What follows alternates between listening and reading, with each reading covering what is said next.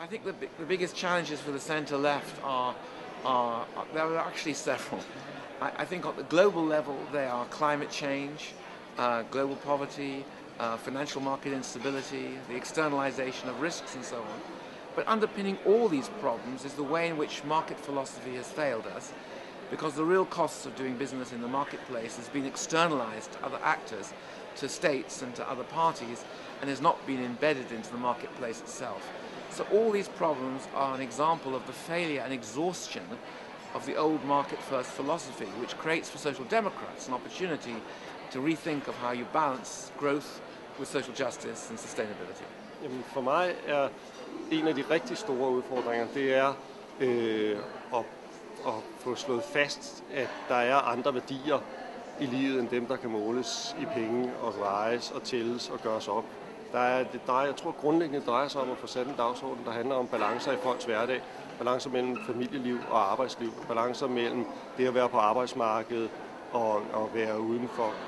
Der er rigtig mange udfordringer. Jeg synes, vi har nogle globale kriser, som ikke har interesseret befolkningen i Danmark i alt for lang tid, og som vi ikke har været inde fra venstrefløjen, centrum venstre, og lægge ordentligt pres på at gøre opmærksom på, hvad er det for nogle dagsordner, der står over for de næste 4 år.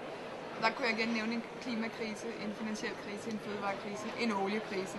Så der er en meget stor dagsorden at tage fat på. Jeg synes, den største udfordring er, at det, som er Centrum Venstres projekt, er meget mere vanskeligt end det at sige, at markedet løser alting, det frie valg løser alting, konkurrence løser alting. Det er ikke sandheden. Og de store udfordringer, vi står overfor, kræver nogle helt andre svar, som også gør, tror jeg, at man er nødt til at være meget tænksom, når man skal finde dem, og man er nødt til også at trække på folk, der virkelig ved noget om tingene.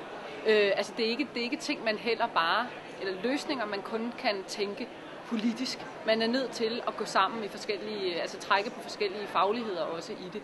Det tror jeg bliver Centrum Venstres fremtidige projekt. Jeg tror det er at